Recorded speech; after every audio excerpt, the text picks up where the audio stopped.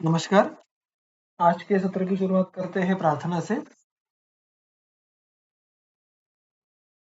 ॐ सहनाववतु सहनौ भुनक्तु सह वीर्यं करवावहै तेजस्विनावधीतमस्तु मा विद्विषावहै।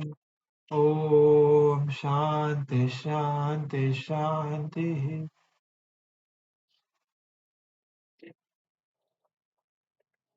हमने इसके पहले के सत्र में चरक संहिता सूत्र स्थान अध्याय क्रमांक 7 इसमें से धारणीय वेग जो उनका विवरण है और उनके टीकाओं के जो कुछ महत्वपूर्ण अंश हैं उनके बारे में देखा था।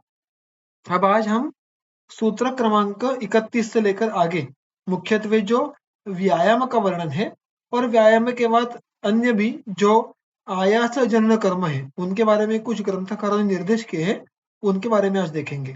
तो सूत्र क्रमांक 31 देखिएगा। शरीर चेष्टा या चेष्टा स्थैर्यार्थ बलवर्धिनी देह व्यायाम संख्याता मात्रया ताम समाचरेत। यहाँ पे क्या कहा है देखो, यहाँ पे उन्होंने एक प्रकार से मात्र व्यायाम की व्याख्या दी है। अब व्यायाम भी एक प्रकार का कर्म है और वो शारीरिक कर्म है। हमने देखा था कि वेग जो धारणीय अधारणीय वेग थे ये भी सारे कैसे हैं, ये देह के वाक के या मन के कर्म थे। उसी प्रकार व्यायाम ये शरीर का एक कर्म है, ऐसा यहाँ पे समझ के लेना है। और यहाँ फिर उसके बाद आगे उन्होंने कहा है कि अगर आप चक्रवाणी टीका देखो तो विधार्य अविधार्य प्रवृत्ति व्यायाम आह, कि व्यायाम करने के लिए भी व्यायाम कब कैसे करना है, कहाँ कैसे करना नहीं है, ये दोनों बातों के बारे में जानना आवश्यक है क्योंकि वो हमारे दिनचर्या का एक महत्वपूर्ण उपक्रम है। अब मजे की बात देखिएगा, हमने देखा था कि दिनचर्या जब हम देख रहे थे, दिनचर्या के उपक्रम हम देख रहे थे मात्रा हितिया में से, तब हमने ये बात देखी थी कि अष्टांग हृदय जिस प्रकार से दिनचर्या में क्रमशः सारे उपक्रमों का वर्णन करता है कि ब्राह्म्य मुहूर्त उत्तिष्ठे से लेकर वो फिर धीरे धीरे क्रमशः आप किन किन उपक्रमों को करते जाओ, वैसे वर्णनों का जो पद्धति है वैसे चरक संहिता की नहीं है। उन्होंने मात्रा शितिया में नित्य जो करने लायक उपक्रम है स्वास्थ्य वर्तते उनका विवरण दिया था, वहां पर व्यायाम का उल्लेख नहीं किया था। व्यायाम ये इस अध्याय में अध्याय क्रमांक 7 में आता है। और अगर उसका यहाँ पे रखने का प्रयोजन हम देखें तो वात दोष के जो प्रकोप के जो बलवान हेतु है उनमें विहारों का अयथावत सेवन करना एक बड़ी बात है। इसलिए अधारणीय वेगों का जो सबका मूल है, जिससे जो एक बात यूनिवर्सली होती है वो है वात प्रकोप, फिर वो कोई भी वेग का धारण या उदीरण हो, फिर उससे कोई विशिष्ट अनुबंध अलग होगा दोष का किंबहुना, या दुष्टि होगी वो भिन्न हो सकती है, किंतु वात प्रकोप के बिना हम वेग धारण नहीं देख सकते, वेगोदीरण नहीं देख सकते। वैसे ही यहाँ पे इस अध्याय में अगर आप देखो तो यहाँ पे आगे जो धारणीय वेग है वो भी सारे कर्म है। आगे चलकर ये जो व्यायाम है ये भी कर्म है जिनके मूल में वात है, और इसलिए वात के अनुषंग से जो जो भिन्न भिन्न कर्म है उनकी योग्य अयोग्यता के बारे में हम कह सकते हैं कि इसमें अधिक विवरण है। और इसलिए व्यायाम और उसके साथ साथ जो अन्य आयास जनन करने वाले विहार है उनका वर्णन हमें इस अध्याय में मिलता है वेगों के बाद, और ना कि मात्रा शितीय में जैसे दिनचर्या में अष्टांग ने किया है। तो देखिए यहाँ पे उन्होंने व्यायाम की मानव व्याख्या दी है। शरीर चेष्टा या चेष्टा स्थैर्यार्थ बलवर्धिनी। यहाँ पे क्या कहते हैं चरकाचार्य, शरीर चेष्टा या चेष्टा। अब यहाँ पे पहला शब्द तो हमें पता है कि चेष्टा का अर्थ होता है क्रिया या कोई मूवमेंट्स। दूसरा शब्द जो चेष्टा है वो संधि है। किन दो शब्दों का संधि है, च और इष्टा, यानी शरीर चेष्टा या च इष्टा। यहाँ पे इस प्रकार के दो शब्द हैं, यहाँ पे चेष्टा और इष्टा ऐसे दो भिन्न भिन्न शब्द हैं। स्थैर्यार्थ चेष्टा वो कैसी है, वो शरीर की चेष्टा है। उसके कौन कौन से विशेषण यहाँ पे है, वो इष्ट होनी चाहिए, वो स्थैर्यार्थ होनी चाहिए और वो बलवर्धिनी होनी चाहिए। मानो ये तीन क्राइटेरिया या उसके कैरेक्टर्स ये हमें यहाँ पे देखने के लिए मिलते हैं जो व्यायाम कहलाता है। यानी शरीर की ऐसी मूवमेंट, ऐसी क्रिया जो इष्ट है, स्थैर्य के लिए है, स्थैर्य के हेतु है, हेतुअर्थ है और बलवर्धन करने वाली है, उसको देह व्यायाम संख्याता, उसको देह का व्यायाम इस नाम से जानना चाहिए। अब यहाँ पे देखिए हर एक जो इसमें विशेषण है उसका थोड़ा अर्थ देखेंगे और टीकाओं में उसका क्या विवरण आया है वो भी देखेंगे। अब देखिए शरीर चेष्टा यहां तक तो ठीक है। शरीर चेष्टा या जो शरीर की चेष्टा इष्ट है, इष्ट इसका अर्थ क्या होता है? इष्ट अनिष्ट यह मानस भाव है। कोई वस्तु, कोई विषय पसंद आना ना पसंद होना, इसका अर्थ होता है इष्ट अनिष्ट। अब यहाँ पे पसंद का भी भाग है, यहाँ पे अच्छा बुरा ये भी उसमें शेड आती है, भला बुरा जिसको कहते हैं हम। और ये किंतु ये सारे जो भाव है ये मन के लेवल पे है। तो व्यायाम वैसे देखने के लिए जाए तो शरीर की चेष्टा है, किंतु इष्टा इस शब्द से वो उसका मन का संबंध दर्शाते हैं। इष्टा का टीका क्या दिखते हैं? देखो चक्रपाणी वो कहते हैं याच इष्टा अभिप्रेता, जिसकी अपेक्षा है, जिसकी इच्छा है। आप अगर बहुत सारे पकवान आपके सामने रखे हो, मीठे खाने के पदार्थ आपके सामने रखे हो, लेकिन सारे के सारे मीठे पकवान आपको पसंद हो ऐसा नहीं है। आप उसमें से कोई एक आध दूसरा उठाओगे, इक्का दुक्का उठाओगे जो आपको सबसे अधिक पसंद है, फिर वो जलेबी होगी, गुलाब जामुन होगा, कोई होगा। वैसे ही हर कोई चीज, हर कोई क्रिया हर एक व्यक्ति के लिए इष्ट नहीं होती, उसको अभिप्रेता नहीं होती, उसको उसकी इच्छा नहीं होती। तो यहाँ पे मजे की बात देखिए कि याच इष्टा अभिप्रेता, जो उस शरीर के भीतर मन रहता है, उस मन को अभिप्रेत है, उसकी इच्छा है, उसको पसंद आ सकती है, ऐसी शरीर की क्रिया एतेन, इस इष्ट शब्द से उन्होंने क्या हासिल किया? वो कहते हैं एतेन, इस शब्द का उपयोग करने के कारण भार हरणाद्या अनिष्टा कार्यवशात क्रियमाणा चेष्टा निरस्यते, यानी भार हरणादि। आप देखते हैं कि वैसे देखने के लिए जाए तो जो प्रायः लोअर सोशियो इकोनॉमिक क्लास के लोग हैं, जिनको शरीर के बहुत अधिक कष्ट करके उनके रोजी रोटी कमाते हैं, उनके काम क्या होते हैं? आप अगर कूली देखो, रास्ते में जो वर्कर्स रहते हैं, कहीं भी देखो, वो दिन भर काम करते रहते हैं, धूप हो छाव हो, उनको काम करने के बिना उनको कोई भी उनका जो जीवित अर्थ है वो नहीं चलने वाला। अब वो भी शरीर का चेष्टा है, शरीर का आयास है। और अगर वो दिन भर वो कर रहे हो तो क्या हम ऐसा कह सकते हैं क्या कि वो दिन भर व्यायाम कर रहे हैं?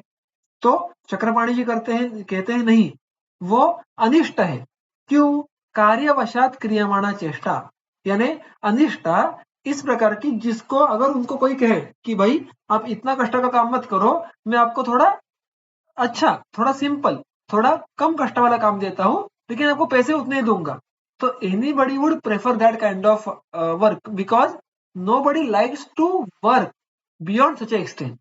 कोई भी हमारे शरीर के इतने कष्ट करने में खुश नहीं होता जिससे उसको पीड़ा हो जाए, जो उसको पसंद ना हो। अतः हम अगर किसी अति प्रमाण में आयास करने वाले वर्कर को, मजदूर को, किसान को कहे कि भाई थोड़ा काम कम करो, किंतु मैं आपका रोजी रोटी हो जाएगा इसी में व्यवस्था करूंगा, तो he might happily do that, क्योंकि वो उसको इष्ट नहीं है, और वो इष्ट नहीं है इस कारण वो व्यायाम नहीं है। And therefore there is sentence की एक्सर्शन इज नॉट एक्सरसाइज। आप केवल थकाने वाली शरीर की क्रिया करने को व्यायाम नहीं कहेंगे। अतः it is a very wonderful insight by Charaka Samhita कि ऐसी शरीर की क्रियाएं जो मन के लिए इष्ट है, जो मन के लिए उपकृत करने वाली है, अभिप्रेत भी है, उनको कहना है व्यायाम। और इसलिए वो कहते हैं कि जो बहुत दिन भर कष्ट करते हैं, काम के लिए कष्ट करते हैं, उनके रोजी रोटी के लिए कष्ट करते हैं, उस कष्ट को व्यायाम कहना यहाँ पे योग्य नहीं होगा। किंतु वो आगे उसको जोड़ते हैं चंक्रमण रूपातु क्रिया प्राप्यते, चलना। इस परिभाषा के अनुसंग से सुबह सुबह चलने के लिए, मॉर्निंग वॉक के लिए जो जाते हैं, उनको व्यायाम कह सकते हैं क्योंकि वो इष्ट क्रिया होती है। इष्ट का अर्थ देखिए, something which is done happily and willingly, कि मैं सुबह उठ के व्यायाम करने वाला हूँ क्योंकि मुझे मेरे शरीर को उससे फायदा होने वाला है। I am going to gain something out of it and not to survive, not to gain some material goal out of it. इस अनुषंग से इष्टों को यहाँ पे देखना है। इसलिए गंगाधर जी भी कहते हैं यहाँ पे, शरीर चेष्टा इष्टा मनो अभिष्टा, मन के लिए सुखकारक। और अगर आप आजकल के रिसर्च देखो, एक्सरसाइज के प्रति जो वीडियो आते हैं वो भी देखो, it is not a मियर physical movement. व्यायाम करते समय जो मन में, अगर आप करंट जो मेडिकल साइंस देखो, उनमें भी उन्होंने व्यायाम के प्रति बहुत रिसर्च की है। और वो कहाँ पे आके पहुंच गए हैं कि व्यायाम करने के समय जो भी फिर केमिकल सीक्रेट होते हैं और हार्मोन्स होते हैं, हैप्पी हार्मोन को, in number of things. So they they are also not stuck at on the physical level, they also they consider the importance of व्यायाम at the level of mind as well. और इसी बात को हमारे ग्रंथ में इष्ट इस शब्द से कहा है। अब यहाँ पे प्रश्न आ सकता है कि अगर व्यायाम पसंद ही नहीं हो तो, इच्छा नहीं हो तो देखिए ये एक लक्षण स्वरूप है। अगर व्यक्ति स्वस्थ हो तो उसको व्यायाम की इच्छा होना यह सहज बात होगी प्रायः, क्योंकि व्यायाम करने से हित और सुख दोनों की प्राप्ति होती है। ये एक सम्यक स्थिति के मन को समझ में आ जाता है। किंतु अगर व्यायाम की अनिच्छा है, जैसे बहुत लोगों को होती है कि मुझे अनुत्साह है, मुझे काम करने की इच्छा नहीं है, पता है काम करना है किंतु करने की इच्छा नहीं है, पता है मुझे खुश रहना है लेकिन मैं खुश नहीं रह सकता। सो दीज आर द विकृति जिसपे युक्ति अपाश्रय सत्वावजय चिकित्सा से विजय प्राप्त करना आवश्यक है। किंतु स्वस्थ व्यक्ति के लिए व्यायाम करने से हित और सुख दोनों की प्राप्ति होती है, और इसलिए वो उस व्यक्ति के मन के लिए इष्ट क्रिया होने के कारण यहाँ पे उन्होंने इष्ट इस विशेषण की रचना की है। तो शरीर चेष्टा या इष्ट, ये उसका फर्स्ट कैरेक्टरिस्टिक हुआ। दूसरा स्थैर्यार्था, इसका पाठभेद गंगाधर ने जो स्वीकृत किया है वो है स्थैर्यात्मा। अब स्थैर्यार्थ का अर्थ क्या है? अर्थ यानी किसी के लिए, स्थैर्य यानी such a kind of movements of the body which are made to establish स्थैर्य। स्थैर्य पाने के लिए की जाने वाली क्रिया, उसको व्यायाम कहना है। ये उसका सेकंड कैरेक्टरिस्टिक हुआ। यानी स्थैर्यात्मा का अर्थ भी वही होता है कि जिसके आत्मा में स्थैर्य है, जिसका आत्मा स्थैर्य है, यानी क्या कि जो विधिवत करने से हमें स्थैर्य की प्राप्ति होगी। यानी ये एक अगर एक एंगल से देखा जाए तो व्यायाम का फल है कि विधिवत व्यायाम करने से हमें स्थैर्य की प्राप्ति होना आवश्यक है। अब स्थैर्य का अर्थ क्या लेते हैं? नीचे देखो, चक्रपाणी जी कहते हैं,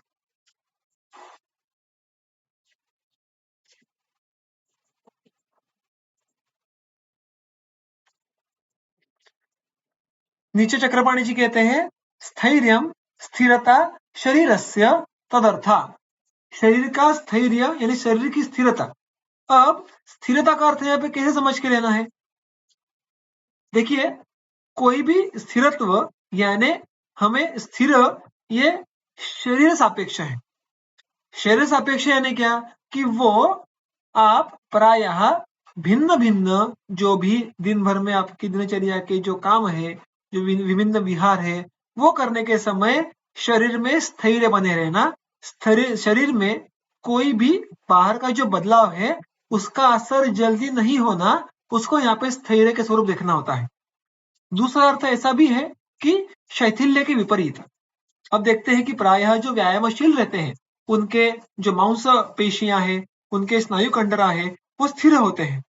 और विपरीत अर्थ से जो व्यायाम नहीं करते और जिनमें शैथिल्य जनन करने वाले आहार का समावेश होता है, उनके अगर आप देखो स्नायु मांस पेशियां तो शिथिल होती है, they are lax in the nature. और इसी प्रकार से मुख्यत्वे मांस मेद के लेवल पे स्थैर्य लाना ये यहाँ पे अपेक्षित हो सकता है। अतः दिन भर के जो बहुत सारे बदलाव है, उन बदलावों में भी शरीर की जो स्थिति है वो बने रहना, ये स्थैर्य का एक अर्थ हुआ। और उसके साथ साथ ये जो मांसपेशी स्नायु कंडरा, इनके प्रति जो अशैथिल्यत्व है, संवहन का भाव है, वो भी स्थैर्य के परिभाषा से हम उसका अर्थ ले सकते हैं। ये भी व्यायाम का फल हम देख सकते हैं। जो तीसरा कैरेक्टर है व्यायाम का वो है बलवर्धिनी। शरीर की इस प्रकार की क्रिया चेष्टा जिससे बल बढ़ता है। देखिए, it is a very very important aspect.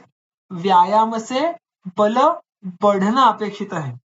मैं फिर एक बार यहाँ पे एक बात दोहराना चाहूंगा कि ये विधिवत व्यायाम करने के परिणाम है। अगर इसको अयोग, अतियोग, मिथ्या योग किसी भी प्रकार से किया जाए तो हमें ये फल प्राप्त नहीं होने वाले। दूसरी बात, ये स्वस्थ चतुष्क है, तो स्वस्थ व्यक्ति के लिए ये सारे फल है। स्थैर्य होना, इष्ट होना, स्थैर्य प्राप्ति होना, इष्ट होना और बलवर्धन होना। सो व्यायाम से बलवर्धन करने के लिए अगर व्याधित व्यक्ति ने व्यायाम शुरू किया तो बलवर्धन होने की संभावना नहीं रहेगी, किंबहुना क्षपण हो जाएगा।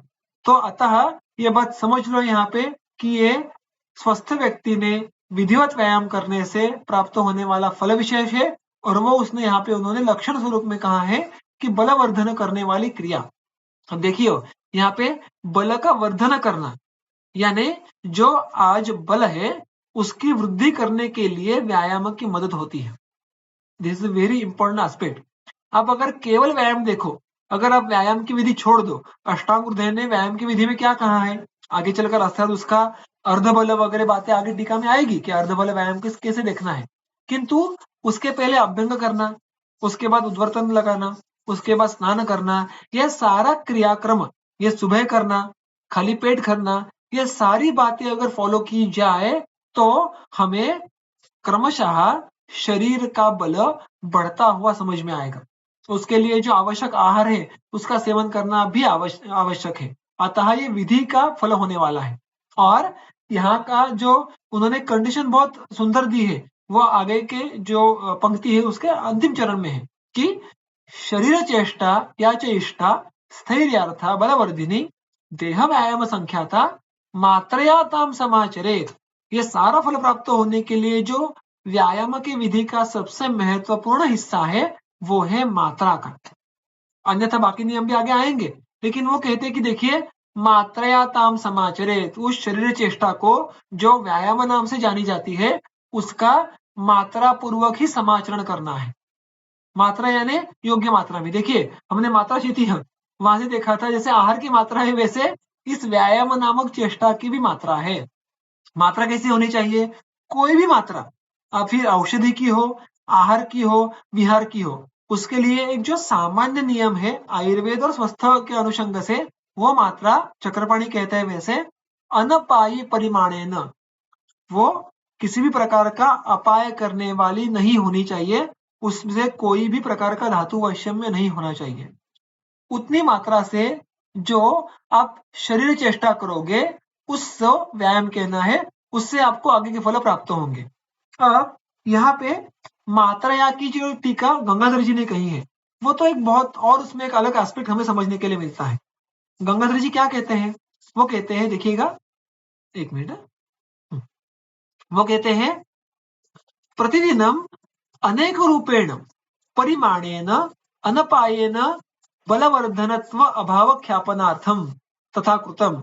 उन्होंने कहा है कि स्थैर्यात्मा का जो अर्थ उन्होंने यहाँ पे लगा के लिया है वो कैसा है, देखिए वो उसका अर्थ मात्रा के अनुषंग से, मात्रा स्थैर्यात्मा बलवर्धिनी, इन सबको साथ में रख के अर्थ लगा रहे हैं। मैं आपको अर्थ बताने का प्रयास करूंगा कि प्रतिदिनम अनेक रूपेण परिमाणेन, अगर कोई व्यक्ति रोजाना भिन्न भिन्न मात्रा में, कौन सी मात्रा है, मात्रा अधिक नहीं है, मात्रा योग्य ही है, किंतु उसकी रोज की मात्रा भिन्न भिन्न है। आज केवल वो चलने के लिए जा रहा है, कल वो उठक बैठक कर रहा है या कोई उछल कूद वाले व्यायाम कर रहा है, परसों वो दौड़ने गया, फिर वो चलने गया, ये उसके अर्धशक्ति से कम ही हो शायद, तो वो अनपाई हो, किंतु उसकी रोज की मात्रा भिन्न भिन्न है। तो यहाँ पे गंगाधर जी का कहना है कि ऐसी अगर प्रतिदिन हम अनेक रूपेण परिमाणेन, अगर आपके रोज के व्यायाम में बहुत ज्यादा डाइवर्सिटी होगी, रोज के व्यायाम की मात्रा ये भिन्न भिन्न होगी, तो बलवर्धनत्व प्राप्त होना संभव नहीं होगा। अतः एक रूपया एवं मात्रया, जो भी आपको व्यायाम करने की मात्रा होगी वो एक समान होना आवश्यक है। समझो आप, यानी उसमें भी कांस्टेंट एंड कंसिस्टेंट दोनों बातें होना आवश्यक है। आपका रोजाना रोज का समझो एक 45 मिनट्स का कुछ तो आपका समय व्यायाम के लिए हो, तो प्रायः उसमें शुरुआत से लेकर ही आपको अर्ध मात्रा में व्यायाम करना है, और वो व्यायाम का प्रमाण है वो रोजाना बदलना नहीं है। वैसा करने से क्या होता है, गंगाधर जी कहते हैं, देखिए एक रूपया एवं मात्रया अनपायया समाचरणे, एक रूप वाली ही मात्रा जो अनपाई है उसका पालन करने से बलवर्धिनी, उससे बल का वर्धन, यानी क्या, क्रमेण बलानुरूपेण वर्धते मात्रया। तो वो कहते हैं कि बलानुरूपेण मात्रा वर्धते, जैसे बल बढ़ेगा वैसे व्यायाम करने की क्षमता भी बढ़ेगी, अतः व्यायाम की मात्रा भी बढ़ेगी। See it's a good kind of circle कि आप जैसे नियमित मात्रा व्यायाम करोगे विधिवत तो आपका बल बढ़ेगा, बल बढ़ेगा तो आपकी अर्ध शक्ति बढ़ेगी, क्योंकि शक्ति यानी बल। तो अगर बल बढ़ा तो उसका जो अर्ध शक्ति है वो भी बढ़ेगा, तो आपकी व्यायाम करने की मात्रा भी आप बढ़ा सकते हैं। व्यायाम करने की मात्रा बढ़ा दी तो और बल बढ़ेगा। So that is how you should gradually increase the मात्रा ऑफ व्यायाम, and that is a very beautiful and practical suggestion और निर्देश गिवन बाय गंगाधर जी। तो वो कहते हैं कि स्थैर्यात्मा का वो अर्थ यहाँ पे इस प्रकार से लेते हैं कि आपका व्यायाम, ये शरीर चेष्टा, ये स्थिर होनी चाहिए। किस अनुषंग से? मात्रा के अनुषंग से। रोज का व्यायाम ये अगर विशिष्ट मात्रा का हो तो ग्रेजुअली बल बढ़ेगा, फिर आप ग्रेजुअली मात्रा को बढ़ाओगे। It should be a very gradual upward curve and then it will benefit you in the context of बलवर्धन। सो ये एक अलग बात स्थैर्यात्मा इत पाठभेद के अनुसार गंगाधर जी कहते हैं।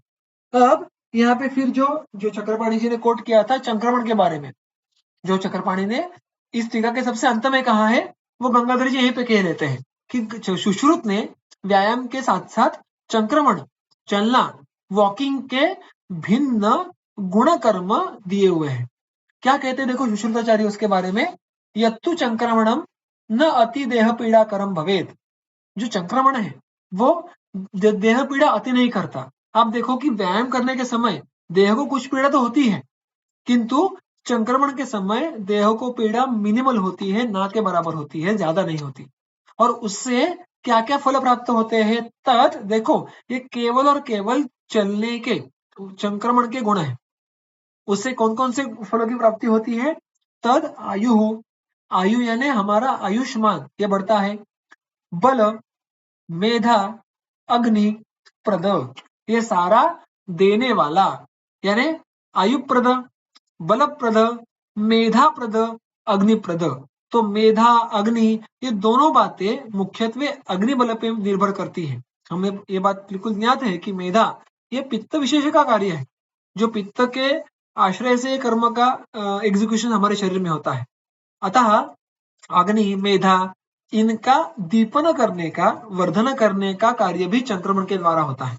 और इंद्रिय बोधनम, इंद्रिय बोधन, बोधन का अर्थ ज्ञान होना, इंद्रियों का इंद्रियार्थ ग्रहण होके सम्यक ज्ञान करवाने की क्षमता अच्छी रहती है। देखो इसके कितने सटल सूक्ष्म परिणाम है, और ये परिणाम हमें व्यायाम में देखने के लिए मिलते नहीं है।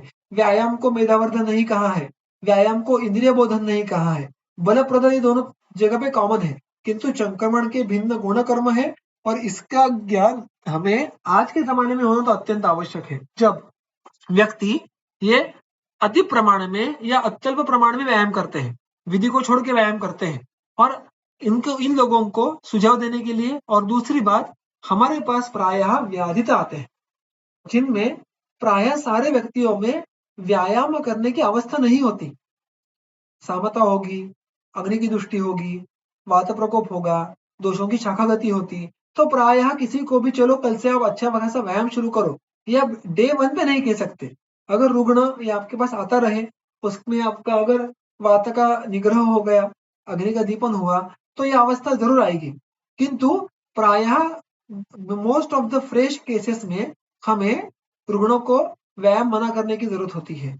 उस समय संक्रमण जैसा विहार उपकारक हो सकता है, क्योंकि वो व्यायाम के परिभाषा में बैठता है, किंतु बाकी व्यायाम प्रकारों से उसके गुणधर्म कुछ हद तक अलग है। वो नाती देह पीड़ा का रहे, उससे वात प्रकोप नहीं होता, बल्कि वात का अनुलोमन होता है। अतः इन विशेष जो गुण कर्म है संक्रमण के, वो व्यवहार में उनको समझ के उपयोग में लाना हमारे प्रैक्टिस में ये बहुत बहुत आवश्यक है। अब यहाँ पे इसी अनुषंग से जो अर्धमात्रा व्यायाम, हम सबने बात सुनी होगी कि व्यायाम की मात्रा फिर तय कैसे करनी है, तो अर्थात वो कहते हैं कि अर्धमात्रा, अर्ध शक्ति, यानी हमारी शक्ति का कुल आधा हिस्सा उसके अनुषंग से व्यायाम करना है। और उसके लिए अर्थात हम सबको ये उसके लक्षण ज्ञात है, लेकिन गंगाधर जी ने यहाँ पे उनका उल्लेख किया है, तो उसको भी एक बार देख लेंगे। वो कहते हैं कि देखो, सर्वेषु ऋतुषु सर्वे ही मर्ते ही आत्महितार्थी भी, सारे मनुष्यों ने सारे ऋतुओं में शक्त्यर्धेन एव कर्तव्यः व्यायामः हन्ति अतः अन्यथा, अर्धशक्ति से ही व्यायाम करना है। अब आगे अगर विशिष्ट उसके संदर्भ देखो तो अर्धशक्ति या उससे भी कम, कभी भी अर्धशक्ति को लांघने के लिए नहीं कहा है। So you should only consume your 50% of battery, not more than that, when you are doing व्यायाम। अतः हन्ति अन्यथा, अगर आपने उसको नहीं पालन किया, अन्यथा यानी आप शक्ति अर्धशक्ति के ऊपर व्यायाम करने लगे, तो उससे मृत्यु आने तक कॉम्प्लिकेशन हो सकता है। अब इस अर्धशक्ति के कौन कौन से लक्षण है? कुक्षौ ललाटे ग्रीवायाम यदा घर्मः प्रजायते, कुक्षी में ललाट ग्रीवा इन शरीर के अंगों पर जब स्वेद प्रवर्तन होता है, शक्त्यर्धम तम विजानीयात, उसको शक्त्यर्ध कहना है। और उसके साथ साथ वो कहते हैं विजानीयात आयतोच्छ्वास एवच, यानी जब उसका अलग जो एक विवरण मिलता है अन्य टीकाकारों में कि जब मुख श्वास ये शुरू होना ये होना शुरू हो जाता है, यानी जब उच्छ्वास बढ़ने लगता है या मुख से श्वासोश्वास करने की आवश्यकता शुरू हो जाती है, तो वो भी अर्धशक्ति का एक इंडिकेशन है। तो ये इस प्रकार से पसीना आ जाए या मुख से सांस लेने की आवश्यकता उद्भूत हो जाए तो व्यायाम रुकाना है, ये एक सामान्य नियम स्वस्थ व्यक्तियों के लिए कहा है। जब हमारा बल बढ़ेगा तो ये जो घर्म यानी स्वेद प्रवर्तन की अवस्था और मुख से उच्छ्वास की अवस्था आएगी, उसका समय आगे आगे जाएगा। दिस अवस्था will come late and late after more time of doing exercise, और इस प्रकार से आप व्यायाम बढ़ाओगे और आपका बल भी क्रमशः बढ़ते जाएगा। और अगर इस प्रकार से हमारा व्यायाम करें तो उससे हमें कौन से लाभ होते हैं, उसका वर्णन आता है सूत्र क्रमांक 32 में। लाघवम कर्म सामर्थ्यम स्थैर्यम दुख सहिष्णुता दोषक्षयोग निवृद्धिश्च व्यायामात उपजायते। लाघव, वो कहते हैं शरीर में लघुत्व उत्पन्न होता है। कर्म सामर्थ्य, आप देखिए व्यायाम भी देखने के लिए जाए तो वैसे यह एक कर्म है। हम दिन भर में केवल व्यायाम इतना ही कर्म करते हैं क्या? नहीं, हम दिन भर प्रायः कुछ ना कुछ कर्म करते रहते हैं। तो ऐसे जो भी शरीर की चेष्टाएं हैं, विहार है, वो करने की क्षमता बढ़ना, सामर्थ्य आना, the capacity, the more and more capacity to do different physical activities is known as कर्म सामर्थ्य, वो बढ़ जाता है। स्थैर्य, स्थैर्य जो गंगाधर जी इसका यहाँ पे अर्थ लेते हैं, उनका मानना है ऐसा हम समझ सकते हैं कि ऊपर एक बार स्थैर्य था ऐसे कह चुके हैं, तो फिर यहाँ पे अगर स्थैर्य का उल्लेख कर रहे हैं तो उसका अर्थ कुछ और होगा। तो क्या कहते हैं? स्थैर्यम शरीरस्य यौवनानुवृत्त्यावस्थानम, यानी स्थैर्य शरीर का कैसे देखना है? शरीर यौवनावस्था में ही बना रहना, उसको स्थैर्य कहा है। तो ये रसायन के अनुषंग का ही फल है। रसायन के अनुषंग से यानी शरीर को हम यौवन कब कह सकते हैं? जो शरीर की जो स्थिति है वो जब हम देखते हैं कि 16 साल से लेकर प्राय 40-50 साल तक एक जो स्थिति ग्रंथ में दी हुई है, उन्होंने ग्रंथों ने अर्थात 30-60 ऐसे प्रकार के हमारे वय के विभाजन किए हैं, किंतु 16 से लेकर 30 तक ये हमारा बाल्यावस्था का, लेकिन उत्तर बाल्यावस्था होती है, और उसके बाद जो मध्यावस्था होती है उसके कुछ साल, ये मिलाकर जो हमारा हम जिसको कहते हैं कि आयुष्य का प्राइम टाइम है, तब हमारे शरीर की जो स्थिति होती है वैसी शरीर की स्थिति अधिकाधिक काल तक बना के रखना, इसको गंगाधर जी ने यहाँ पे स्थैर्य कहा है। So to maintain the shape of body as if the age of the person is not much, the person is young. So irrespective of growing age, if body is not showing the changes of aging, then that is what Gangadhar says known as स्थैर्य। देखिए कितनी सुंदर परिभाषा है। आप देखोगे कि जो व्यायामशील है, विधिवत व्यायाम करते हैं, उनका वय बढ़ने के बाद भी उनको देखकर नहीं समझ में आता कि इतने साल के होंगे। That is what we can say in simplistic language, स्थैर्य, which is expected in this sutra. दुख सहिष्णुता, सहिष्णुता इज टॉलरेंस, सहन करने की क्षमता। और दुख, दुख जो गंगाधर जी उसका अर्थ, गंगाधर जी ने यहाँ पे जो पाठभेद लिया है दुख के बजाय वो है क्लेश। सो क्लेश दुख इनकी शेड एक जैसी ही हम कह सकते हैं। तो क्लेश सहिष्णुता या दुख सहिष्णुता, इसका अर्थ जब कोई क्लेश उपस्थित हो जाए, when there is any moment, any instance कि जो हमारे मन के लिए प्रतिकूल वेदना है, जो हमें पसंदीदा नहीं है, उसको भी सस्टेन करने की क्षमता व्यायाम से आती है। ये हो गया क्लेश सहिष्णुता या दुख सहिष्णुता। उसके आगे देखिए दोष क्षय, दोषों का क्षय होना या दोष का क्षय होना। अब यहाँ पे समास विग्रह करते समय दोष क्षय, हम दोषाणाम क्षय ऐसा बहुवचन भी ले सकते हैं या दोषस्य क्षय ऐसा भी ले सकते हैं। अगर दोषस्य क्षय इतना ही लेंगे तो केवल कफ क्षय होता है, ऐसा एक उसका जो अर्थ लेते हैं टीकाकार वो भी देख सकते हैं। किंतु इससे अधिक व्यापक अर्थ और जिसके बारे में चर्चा टीका में देखने के लिए मिलते हैं, गंगाधर जी भी कहते हैं कि देखिए दोष क्षय का अर्थ लेना है वातादीनाम वृद्धि हानि क्षय, यानी वातादि की जो वृद्धि है और जो हानि है, यानी दोषों की समव्यवस्था बना के रखना, वृद्धि हानि क्षय, वृद्धि भी नहीं होती हानि भी नहीं होती, समत्व बना रहता है, ऐसा उनका मानना है। यहाँ पे जो और एक सुंदर बात आती है, चक्रपाणी जी भी उसको कहते हैं कि दोषक्षय अत्र श्लेष्मक्षय अभिप्रेता। अगर एक ही दोष का हम अर्थ देखें तो अर्थात ये कफ का क्षय कराएगा, which is very much right. किंतु यदि वह और एक विकल्प से जो हम अर्थ ले सकते हैं वो है अग्निकर्तृत्वेन त्रिदोषक्षय अपि।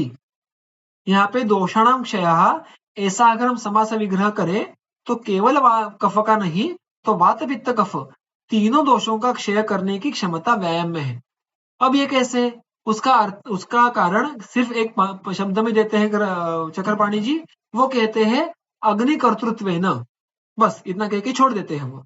गंगाधर जी इस पे एलेबोरेट करते हैं, वो क्या कहते हैं देखिएगा, ननु व्यायामात श्लेष्मक्षय वातपित्तयोस्तु वृद्धि ही कथम दोषक्षय उपजायते। व्यायाम के कारण कफ का क्षय होता है और उसके साथ साथ व्यायाम से वातपित्त का प्रकोप या वृद्धि भी होती है, ऐसा सबको ज्ञात है। ऐसा होने के बाद भी यहाँ पे व्यायाम का फल दोषक्षय कैसे कहा है, क्योंकि व्यायाम से वात प्रकोप होता है ये हम जानते हैं, उससे पित्त प्रकोप भी देखने के लिए मिलता है ये भी हम देखते हैं। तो तीनों दोषों का क्षय होना ये बात यहाँ पे हजम नहीं होती।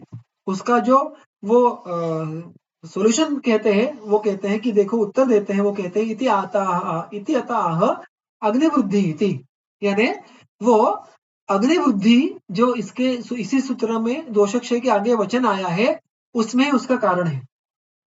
व्यायामं कुर्वता नित्य विरुद्धम अपि भोजनम विदग्धम अविदग्धम व निर्दोषम परिपच्यते। उस गंगाधर जी ने एक अन्य सूत्र का यहाँ पे कोटेशन दिया है, जो नित्य व्यायाम करते हैं वो विरुद्ध भी आहार को निर्दोष पद्धति से पचा पाते हैं। इसका उल्लेख चरक में भी आगे मिलता है, विरुद्धम वितथम भवेत, इस प्रकार से कि जो नित्य व्यायाम करते हैं उनको विरुद्ध अन्न के दोष प्राप्त नहीं होते। सो ये संदर्भ क्यों दिया है, तो ये दर्शाता है, हमने इसमें भी देखा था मात्रा सिद्धि के अध्याय में कि व्यायाम जन्य जो अग्नि का बल है उससे गुरुतर अन्न को भी पचा सकते हैं, यानी केवल दीप्त अग्नि ऐसा नहीं, व्यायाम से जो अग्नि दीप्त हुआ है उस अग्नि के बारे में चर्चा कर रहे हैं। तो एक बात समझ में क्या आ गई हमें कि व्यायाम के कारण अग्नि वृद्धि होती है और ऐसा वृद्ध अग्नि ये गुरुतर विरुद्ध इस प्रकार के अन्न को भी पचा पाता है। अब उसके आगे का जो एक्सप्लेनेशन है कि अग्नि वृद्धि हो गई समझ में आ गया, लेकिन अग्नि वृद्धि और दोषक्षय इनका क्या कोरिलेशन है, अग्नि बढ़ने के कारण दोषों की साम्यावस्था आ जाएगी, ऐसा कैसे होगा, तो वो उसके लिए एक और संदर्भ देते हैं गुल्म चिकित्सा का। चरक संहिता में ऐसा सूत्र आता है, चय प्रकोप दोषाणाम सर्वेशाम अग्नि संश्रितौ। दोषों का चय और दोषों का प्रकोप, किन दोषों का, सर्वेशाम दोषाणाम, सारे दोषों का चय और प्रकोप अग्नि के आश्रय से रहता है। यानी दोषों का चय प्रकोप और अर्थात साम्यावस्था, इनके भी मूलतः अग्नि का होना, अग्नि का सम्यक होना आवश्यक है। अग्नि, अब देखो अगर अतिसार चिकित्सा का जो अंतिम सूत्र है प्रायः वाग्भट का, वहां पे वो लंघन के बारे में जब बात करते हैं तो कहते हैं कि जब विधिवत लंघन करते हैं तो सबसे पहले क्या होता है, दोषों का वचन होता है और दोषों का पाप होता है और दोष साम्यावस्था आ जाती है। उसके बाद भी अगर लंघन करते रहो तो आगे जाके धातुक्षय वगैरह हो जाएगा। तो विधिवत लंघन करने से क्या होता है, विधिवत लंघन करने से अग्नि पहले केवल जो विषम अवस्था में दोष है उनको साम्यावस्था में लाते हैं, उनको कहते हैं दोषपाक होना। अतः जब हमारे शरीर में अग्नि बलवान होगा तो वह हमेशा स्वयं हमारा शरीर यानी हमारा अग्नि हमेशा दोषों को साम्यावस्था में रखने का प्रयास करेगा। दोष अगर बढ़ गए तो उनको कम करेगा और दोषों का प्रकोप नहीं होने देगा। हो भी गया तो शरीर उसको स्वयं संभाल के लेगा, शरीर यानी अग्नि उनको संभाल के लेगा। तो इन प्रकार के व्यक्तियों की जो नियमित रूप से व्यायाम करते हैं उनका अग्नि इस प्रकार से बलवान होता है कि वो दोषों का प्रकोप भी शांत करने के लिए स्वयं में सक्षम होता है। और इन लोगों में हमें जल्दी व्याधि होते हुए देखने के लिए नहीं मिलते क्योंकि दोषों का चय और प्रकोप अग्नि होने ही देता नहीं है। That is the beauty of व्यायाम। और इसलिए ये सारी बात गंगाधर जी ने भिन्न भिन्न संदर्भ के द्वारा स्पष्ट की है। चक्रपाणी जी इसको केवल एक वाक्य में पूरा कर देते हैं, अग्नि कर्तृत्व व्यायाम अग्नि का बल बढ़ाता है, अग्नि का बल बढ़ा तो दोषों का साम्यावस्था आ जाती है। उसी को यहाँ पे उन्होंने दोषक्षय कहा है और ऐसे हुआ तो वो व्यक्ति व्याधि के प्रति आगे बढ़ेगा ही नहीं, उसमें रोग की उत्पत्ति होगी नहीं। That is the beauty of विधिवत व्यायाम। व्यायामात उपजायते। तो एक बार सूत्र फिर पढ़ लेते हैं, लाघवम कर्म सामर्थ्यम स्थैर्यम दुख सहिष्णुता दोषक्षय अग्निवृद्धिश्च व्यायामात उपजायते। अब इसके बाद जो आते हैं वो अति व्यायाम के लक्षण, लक्षणों को पढ़ते हैं। श्रम क्लम क्षय तृष्णा रक्तपित्तम प्रतामक अति व्यायामतः कासः ज्वरः छर्दीश्च जायते। यहाँ पे कौन कौन से लक्षण है? श्रम, श्रम का अर्थ क्या है? श्रम का अर्थ है ग्लानि। गंगाधर जी ने इनका सबका अलग अलग अर्थ दिया है, प्राय हम सबको इसके अर्थ पता होंगे, किंतु यहाँ पे गंगाधर जी ने टीका उसकी लिखी है तो हमसे हमें बहुत बार कुछ अलग परिभाषाओं के कुछ अर्थ के अलग अलग शेड्स या कुछ उनके भिन्न उनके भिन्न एस्पेक्ट्स ये समझ में आते हैं। अतः हमें एक बार फिर हर एक जो परिभाषा है उसका अर्थ यहाँ पे जो गंगाधर जी ने दिया है वो आपके सामने रखता हूँ। श्रम शरीर ग्लानि, शरीर का बल कम होना इसको कहेंगे श्रम। क्लम मन इंद्रिय ग्लानि, मन और इंद्रिय इनका बल कम होना इसको क्लम कहा है। इसलिए हम प्राय कैसे कहते हैं, जो आयास जन्य बलक्षय है उसको हम श्रम कहेंगे और जो विनायासेन या अनायासेन जो श्रम होंगे उनको हम क्लम कहते हैं। ऐसा क्यों? क्योंकि कोई भी शरीर चेष्टा क्रिया किए बिना ही अगर बलक्षय की अनुभूति होती हो तो वो शरीर बलक्षय नहीं होगा, क्योंकि शरीर का बलक्षय होने के लिए कोई हेतु घटा ही नहीं है, वैसी कोई क्रिया घटी ही नहीं है। तो बल कहाँ पे क्षीण हुआ है? वो इंद्रिय और मन इनके लेवल पे कम हुआ है। अतः श्रम ये शरीर बलक्षय है और क्लम ये मन और इंद्रिय इनका बलक्षय है या इनकी ग्लानि है। क्षय धातु क्षय, जो क्षय का अर्थ दिया गंगाधर जी ने वो कहते हैं कि क्षय का अर्थ है धातु क्षय। रक्तपित्त व्याधि विशेष हम सबको ये व्याधि ज्ञात है। प्रतामक, गंगाधर जी कहते हैं प्रतामक प्रथम का श्वास, प्रथम का श्वास श्वास का भेद है हम सबको ज्ञात है, श्वास विशेष ऐसा चक्रवाणी जी कहते हैं। आगे अति व्यायामतः कासः ज्वरः छर्दिश्च जायते। अब कास ज्वर छर्दी इसके अर्थ कहने की आवश्यकता नहीं है, ये सारे अति व्यायाम के कारण उत्पन्न होने वाले लक्षण उपद्रव्य व्याधि ऐसा हम कह सकते हैं। अब यहाँ पे अति व्यायाम का अर्थ जो गंगाधर जी लेते हैं वो लेते हैं काय वांग मानस व्यायाम अति योगात। तो वो कहते हैं कि केवल हम जो शरीर चेष्टा देख रहे थे वैसा अर्थ मतलब जो शरीर मन और वाक इनकी चेष्टाएं हैं, इनका अगर अतियोग हुआ तो ये सारे लक्षण उत्पन्न हो सकते हैं। अब देखिए इन लक्षणों के पीछे कुछ सामान्य सूत्र दोष धातु मूलक के लेवल के ढूंढने के अगर हम प्रयत्न करें तो मिल जाते हैं। एक तो बहुत ही सीधी सादी बात है कि वात प्रकोप होना ये आवश्यक बात है, क्योंकि व्यायाम है जो वात का कार्य है और उससे वात प्रकोप होना ये बहुत ही सहज सुलभ समझने लायक बात है। दूसरी एक बात समझना जो आवश्यक है वो है व्यायाम ही एक प्रकार का स्वेदन उपक्रम है।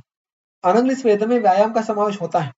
अतः अतिस्वेद के जो लक्षण होंगे वो भी देखने मिलने की संभावना यहाँ पे होती है, या अतिस्वेदजन्य जो भी व्यापद होंगे, व्याधि होंगे, जैसे यहाँ पे विशेषतः रक्त पित्त का उल्लेख आया है, यहाँ पे ज्वर का उल्लेख आया है, प्रताम का उल्लेख आया है, इनमें रक्त दुष्टि का होना संभव हो सकता है।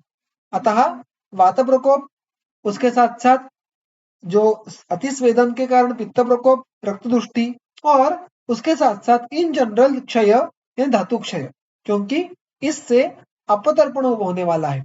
जैसे व्यायाम ये स्वेदन उपक्रम है, वैसे वो लंघन उपक्रम भी है, और लंघन यानी अति विकृत लाघव अगर शरीर में आने लगा तो रसादि सारे धातुओं का क्षय भी हो सकता है।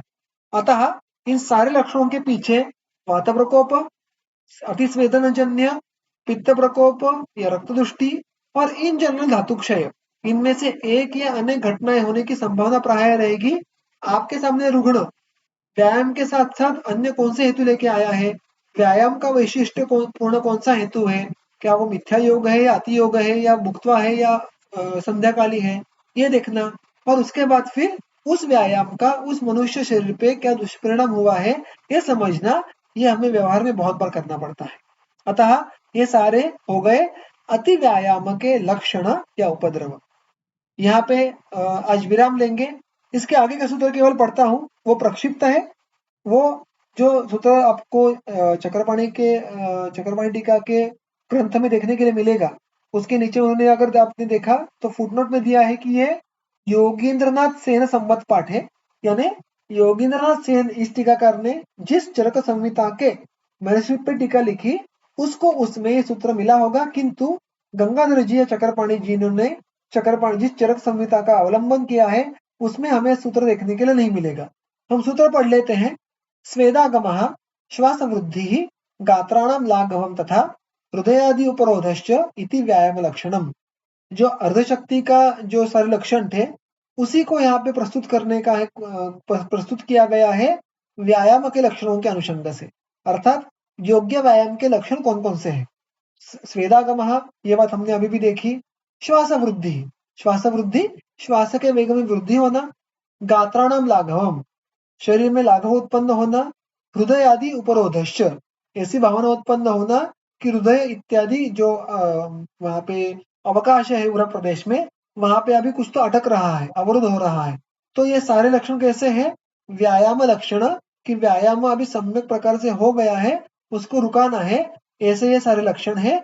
ऐसे इस योगींद्रनाथ सेन के टीका में जो पाठ सम्मत है उसका अर्थ हम देख सकते हैं। तो आज का सत्र यहाँ पे समाप्त करता हूँ। जो व्यायाम के अनुषंग से अन्य साहस जन्य या साहस वाचक क्रियाएं हैं, उनका जो वर्णन आगे आया है वो इसके आगे के सत्र में देखेंगे। अगर किसी को कोई प्रश्न हो तो अभी आप पूछ सकते हैं, अन्यथा आज के सत्र की समाप्ति यहाँ पे करते हैं।